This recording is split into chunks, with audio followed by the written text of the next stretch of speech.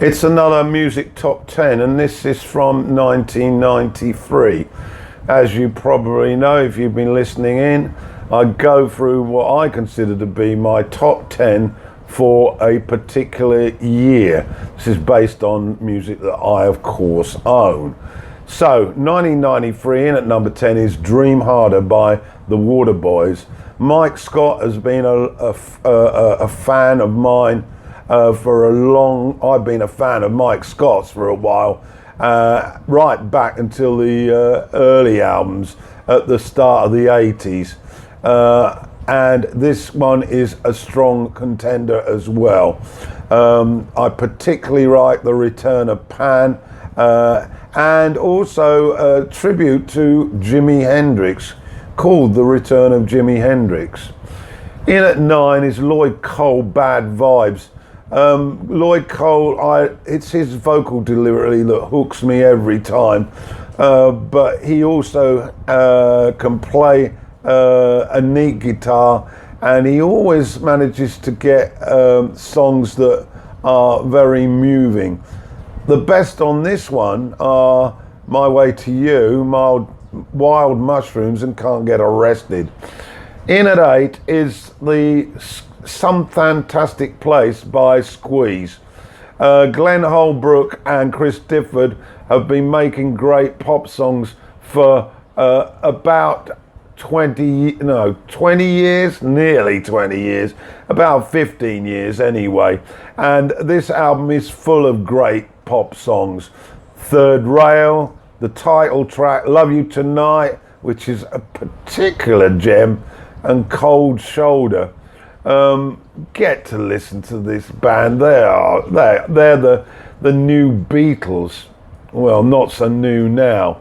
At 7 is Siamese Dreams by the Smashing Pumpkins, an early record of theirs that really made a big breakthrough, sold extremely well in the States, and it's not a bad record either. Billy Corgan, as you know, mixes up heavy punk riffs with soft Beatle-ish ballads. Not too many of them on this album, but Hummer, Spaceboy, Mayonnaise and Disarm are the top tracks. At 6, Black Tie White Noise from David Bowie. I love this album. I love the horns on it. It's a very, very, very rhythmic, funky set of songs. And Don't Let Me Down and Down, Black Tie White Noise and Night Flight are my picks. 5, Kamakiriad, solo album by Donald Fagen from Steely Dan. As Steely Dan seemed to have gone into hibernation, Fagen started releasing solo albums, and this is a pretty hot selection of songs. Snowbound, On the Dunes, Tea House on the Tracks and Florida Room. It's very near Steely Dan, so you won't expect too many surprises. It's just lovely to have that sort of skippy, jazz rocky style that he's so familiar with. At 4 is Soul Alone by Daryl Hall. Daryl Hall has been a great singer for a long time with his work with John Oates. He's now doing solo stuff, and it still has that Philadelphia R&B feel to it. Highlight for me on this album is I'm in a Philly Mood, which is absolutely awesome. It sounds like it's come straight out of Smokey Robinson's studio. And Love Revelation is another beautiful ballad, and this time a little bit more up-tempo. At 3, Modern Life's Rubbish by Blur. This is Blur's second effort, and it's certainly a big jump up from the first. Chemical World, Sunday, Advert and Resigned are my top tracks on this.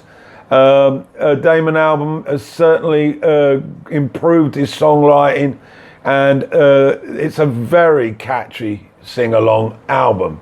At number 2 is Giant Step by the Boo Radleys.